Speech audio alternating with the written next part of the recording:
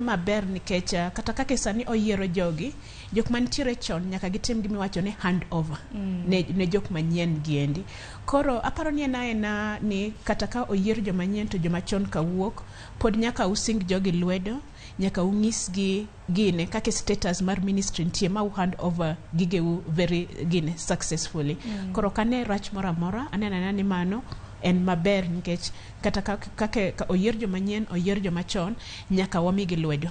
Bende nyalo kod paro kata mana kinde apani kata mana ni en juma mokalo Francis Kinyua jal motelo ni jotije mag piny owacho mabende nawacho ni jotend migepe gi gin giti atiya owinjore ni giti nyaka koro ochuog joma nyien mabende nwaneno nyaka dakika mogik en mana ni moko kuom gin waseneno handover notes mabende nagisechiwo. Kopogore gi mana dwaro ni mar mondo mi walose e yiero ma adundo mabende koro ibiro tima to kata jotend migepe moko mabende koro noseyier gi jopiny wang'eyo kaka